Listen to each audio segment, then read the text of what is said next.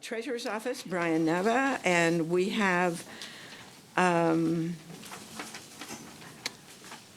we've got about 30 minutes scheduled for you, Brian. So what we're trying to do is like 50% presentation and then have Q&A after you do your full presentation. So thank you. You're on. Perfect. Sounds great. Is my mic on? Yes. Yes. Okay. Perfect. I didn't have the light on here. Thanks, Jared Parks. And I see we got the slides up. Caroline's going to run them for me so I don't mess anything up, which is great. Morning, Budget Committee members, the Board of County Commissioners, County Administration, and staff. My name is Brian Nava, and I am the Clackamas County Treasurer. With me today is our Deputy Treasurer, Nancy Wilson, and our Audit Executive, Jody Cochran. First, I'd like to acknowledge my colleagues. Without the work of them and the wonderful colleagues we have in our office, and you can see their smiling faces up there on tab 6.1, our mission and Clackamas County's mission cannot be achieved. I'd also like to thank the budget staff for all their help. Jen and Priscilla worked tirelessly with me as I sent them emails on my tiny budget, but the info from the entire budget staff, including Sandra, has been great as well. As always, I'm extremely excited whenever anyone asks me to talk about the Treasurer's Office in whatever capacity, as I know a significant portion of this budget committee has experience in local government work or as an accountant. You know, it's not very often that accountants are asked to talk about accounting. So the mission of the Treasurer's Office is to provide treasury, investment, and audit services to the public of Clackamas County so that they can trust that their funds are safeguarded, and to the taxing districts and departments of Clackamas County so they can efficiently and effectively provide services to their customers. As Gary mentioned this morning, the county and its service districts have a budget of over $1.5 billion. The tax assessor's office, as Bronson mentioned, also collects nearly $1 billion to be distributed by the Treasurer's Office to the over 120 taxing districts. All funds collected by the county are held safely and securely by the Treasurer's Office until they are ready for distribution. Our budgets and goals align with and support all of the county's strategic priorities, but especially the county's goal of building public trust through good government. Per the board's strategic plan, public trust is the currency of good government. The Treasurer's Office is actually ensuring the safety of the taxpayers and the county's currency while also helping ensure funds are spent efficiently and effectively. And I see we're at tab 6.2. Perfect. Thanks, Karen. So our major accomplishments. There were many major accomplishments that you can see throughout the slide for our small but mighty office. I have to continue to highlight, as Gary did this morning, the resiliency and fortitude of my colleagues in my office and throughout the county. In consideration of the 3 disasters, there were no interruptions in the Treasurer's Office services. In the interest of time, I won't go through all the major accomplishments that you can see on our slide, but I would like to highlight a few. We work tirelessly and continue to work with county departments and offices to set up electronic and remote payment processing options. We're working or have worked on 9 system implementations or upgrades recently. For example, we worked with Link, and they are almost out of, or they may even be out of this week, the pilot portion of the project so that they can accept online payments via credit cards. That's never been done before through the county. So the library customers can make their payments online, which is pretty incredible, not having to actually go in the library, have cash, do things of that nature. We safely and securely perform the timely tax distribution of over $944 million to the over 120 taxing districts in Clackamas County this year.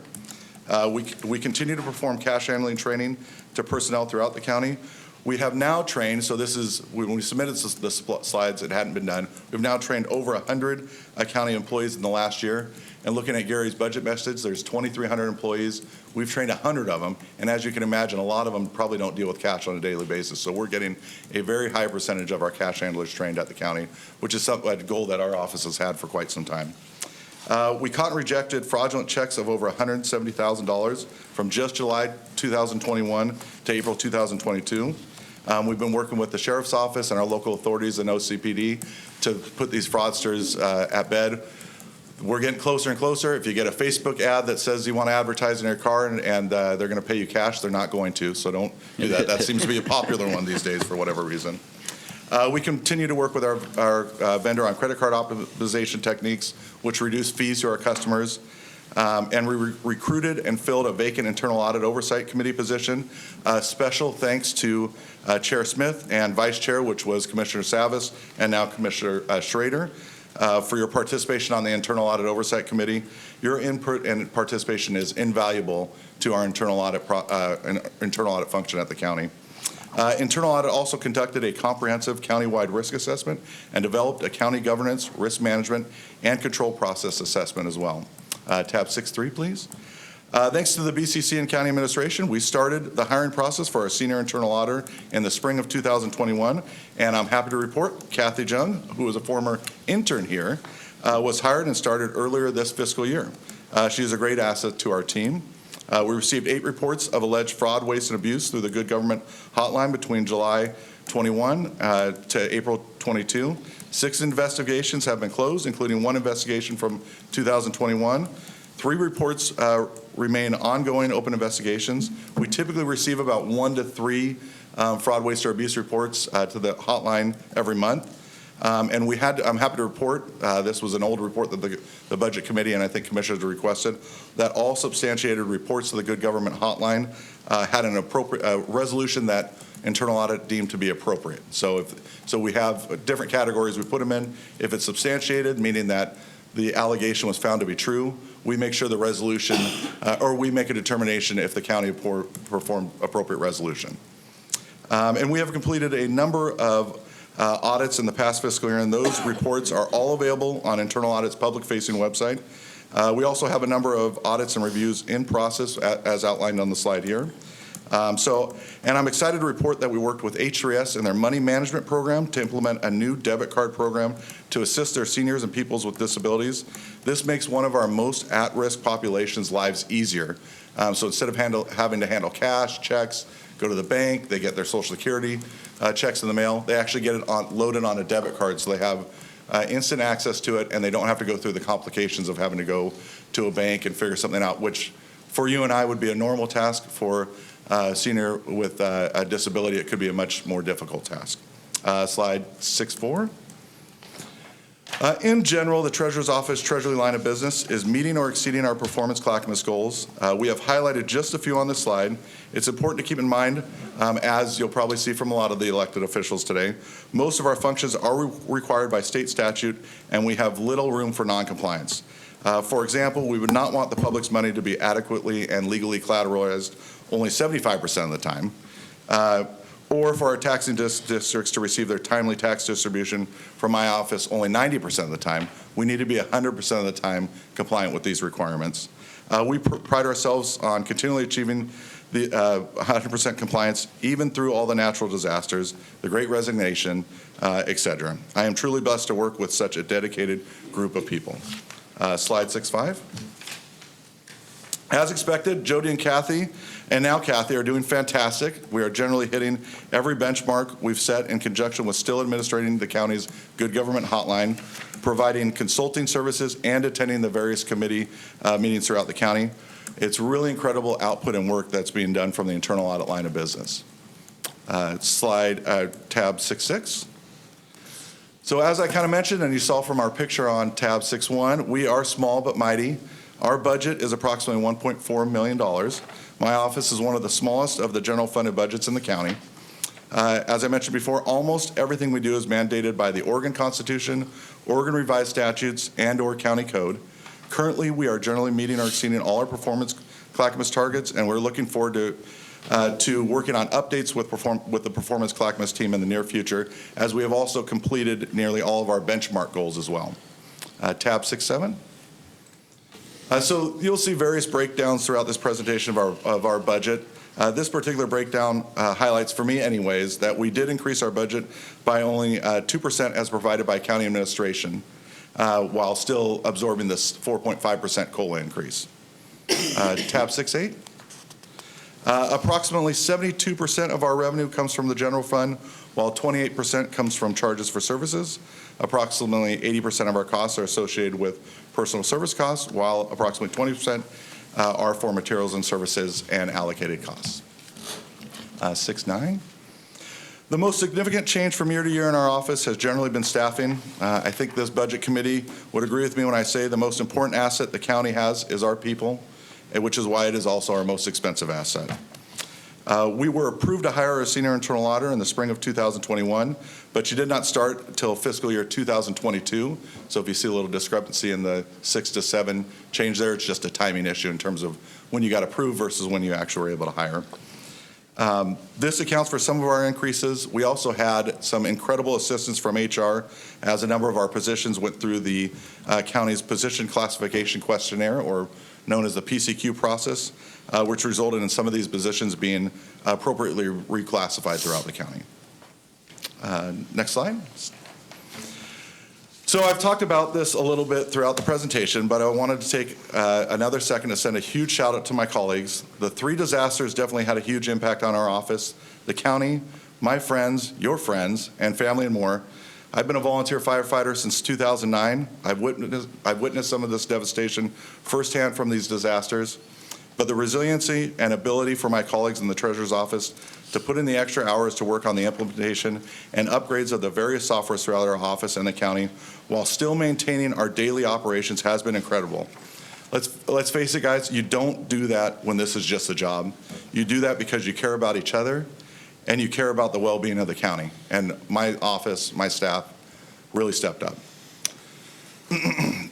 As most of you know here, the county, as most counties and local governments, has received a significant influx of additional funding, as Gary pointed out, for one-time sources that we have not experienced before: CARES, ARPA, FEMA, Metro, and more.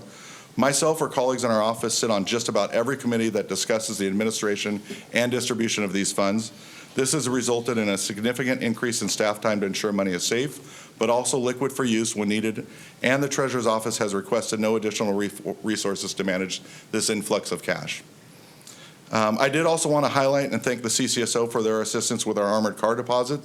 Armored car has been a victim of the Great Resignation as well, and for safety reasons, I can't go into a lot of detail here, but when money sits in a safe or a safe room for an extended period of time, it's at risk. And we partnered with the CCSO to make sure this money gets deposited safely and timely for when armored car is not available.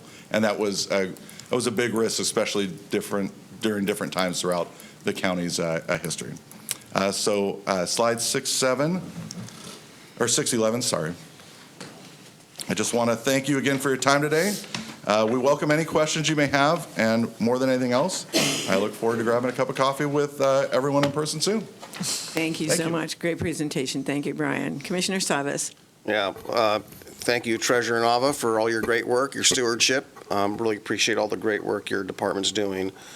I'm looking at tab 6, page 9, and I'm looking at the materials and services line. In fiscal year 19-20, your compared to fiscal year 2021, the following year, expenses increased almost 14%. Mm-hmm. And then on the following year, they increased by 23%. And yet you have it at 5% this year, amongst one of the greatest inflationary periods of the last 5 years. So it's a small amount of money for your department in reality, but I want to point out that I think that's an underestimate, as I think a lot of the departments I'm seeing thus far, it's underestimated. And by your record, by the history of that particular line, it's also underestimated. Gotcha. Thanks, Commissioner. Yeah. Thank you, Commissioner. Other questions? Great presentation. Thank you. You take good care of our money. I have awesome. one. I guess I had one question. Commissioner Smith has a question. Oh, James, Kenneth, go ahead. I'm sorry. Did I not see that? The charges for services, is that generally to other departments or other governments? Right, so within our investment policy, we charge a 1 basis point fee for the total funds that we have. So it's distributed amongst the county. So it's not directly to them per se, but it comes off the top there. Thank you. Good. Thank you, Ken. Yeah. Others, we're good? I do. You do have, okay. Go ahead, Yeah, I Commissioner want to Smith. thank this department, especially for all the financial work you do. You carry a big load. I have, sitting on the audit committee with our auditor, Jody Cochran, and I'm learning so much about processes and procedures. We have made it one of the priorities under our good government policy that we audit all the departments, and we learn from that on every audit. And we have ways to improve and go forward, and I believe to deliver good services and good products to the citizens. Jody, my hat's off for you, and Kathy Young in that. It's been great work. Thank you. And Chair, if I may add, I forgot my compliment to this board. I'm looking at Commissioner Savas, Chair Smith, and Martha were the original creators of the internal audit function for the county in 2015. So not to say, Mark and Sonia, you guys have been big supporters, so I really appreciate it, but you guys were piloted the program and had faith that it would do good work for the county and make us more efficient and effective, and it really has. So, I mean, reports are available online. We provide a lot of transparency to the public there as well, so I invite everybody to take a look if you get a chance, but, you know, that investment is extremely worthwhile, and so, like I said, we have 3 of the 5 founding members, so to speak, here, and just wanted to thank you again for that. Yeah, thank you.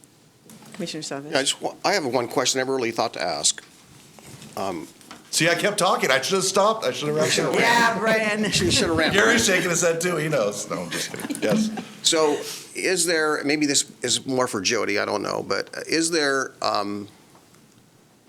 a practice of analyzing the financial procedures for budget preparation and forecasting?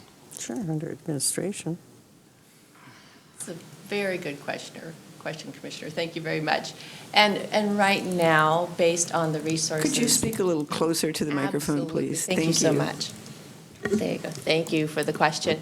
And so it's a really great question, and right now, with the resources that we have within our internal audit, we primarily are focusing on performance auditing. So a great number of. Jody, I'm Oh. getting a signal that your microphone may not be on. Yeah, is the green light on?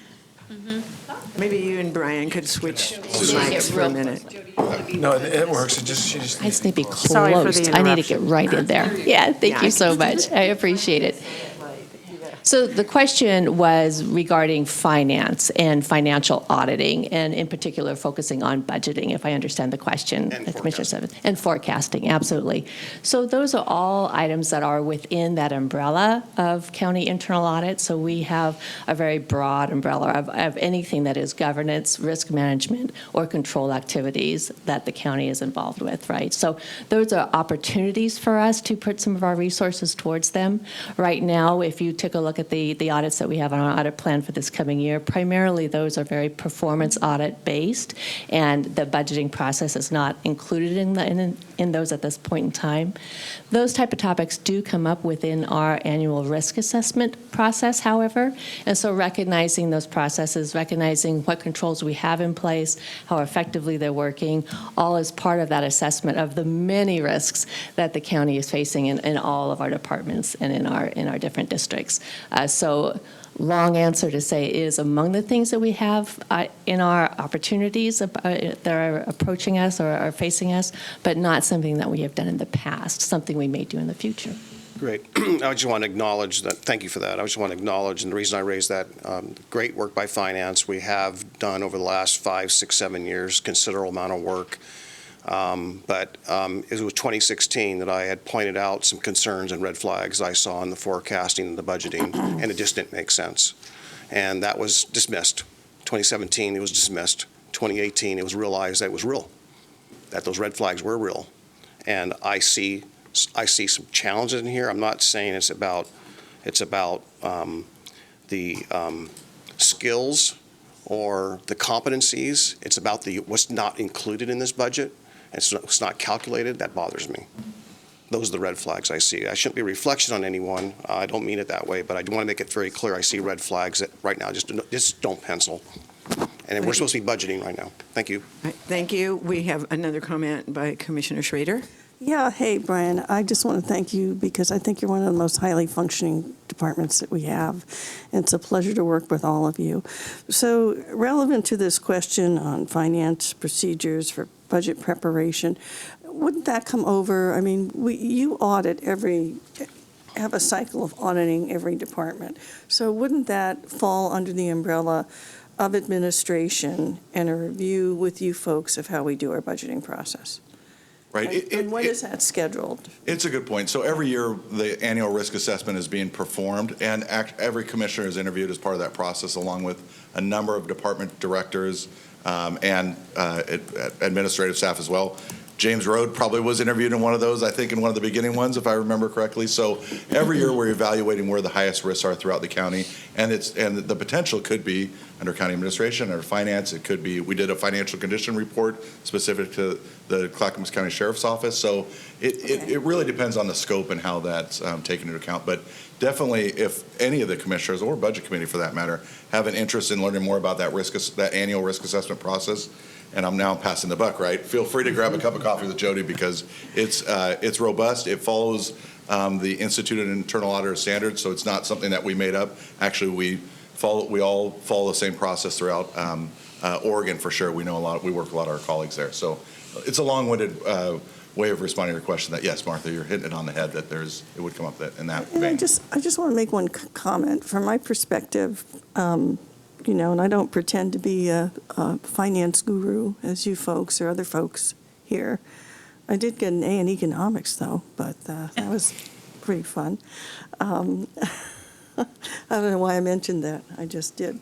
But one of the things that I wanted to ask, I think that forecasting is a risky business, because what we're anticipating is what the future's going to bring.